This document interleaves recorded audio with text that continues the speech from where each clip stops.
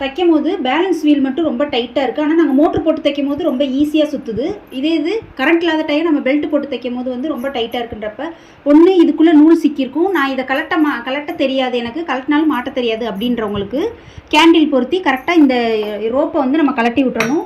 ரோப்பை கழட்டினதுக்கப்புறம் candle பொருத்தி கரெக்டாக இந்த நுனியில் அடியில் காட்டணும். கொஞ்சம் நேரம் காட்டும் போது அதில் இருக்கக்கூடிய நூல் சிக்கியிருக்க நூல் வந்து மெல்ட் ஆகி போயிடும். அதுக்கப்புறம் நம்ம ஷார்ப்பான ஒரு ஊசி மாதிரி வச்சு அதை நோண்டி எடுத்துடணும்.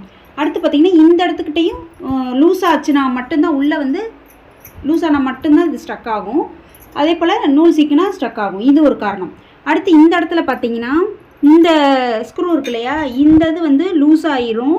இந்த ஸ்க்ரூ இங்கே இருக்கு இல்லையா, இந்த ஸ்க்ரூ லூஸ் ஆச்சுன்னா இது அப்படியே விரிஞ்சு இந்த இடத்துல இடிக்க ஆரம்பிச்சிடும். அது போக அந்த பார் உடையிறதுக்கும் இருக்கும். அது பழைய மிஷின்னா உடையிறதுக்கும் வாய்ப்பு இருக்குது. அந்த மாதிரி அதையும் கொஞ்சம் வந்து சரி பண்ணும் போது என்ன பண்ணால் கரெக்டாக இந்த வீலை வந்து தூக்கி விட்டு இந்த இருக்க இல்லையா, இந்த இடத்துல இருக்க குட்டி ஸ்க்ரூ இதை வந்து நீங்கள் டைட் பண்ணணும். நல்லா டைட் பண்ணி பார்த்தீங்கன்னா உங்களுக்கு இந்த வீல் வந்து சுற்ற ஆரம்பிச்சிடும், பேலன்ஸ் வீல்.